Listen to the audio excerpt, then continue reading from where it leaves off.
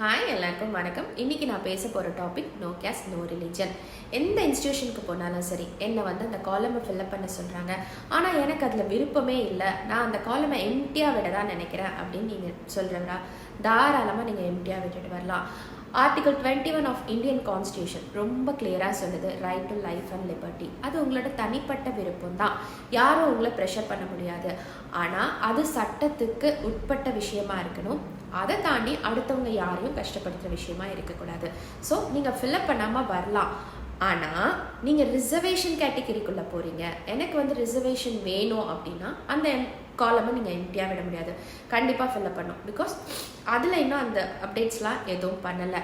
ஆனால் அதை தாண்டி இல்லை நீங்கள் கம்பல்சரி ஃபில்அப் பண்ணி தான் ஆகணும் அப்படின்னு யாராவது உங்களை ப்ரெஷர் பண்ணுறாங்க அப்படின்னா 1973 ஒரு ஜியோ ஒன்று பாஸ் ஆயிருக்கு.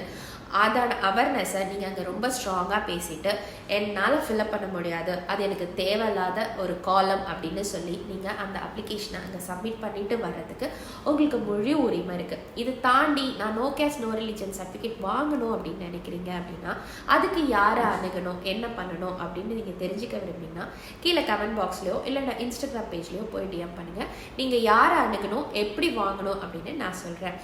Thank you.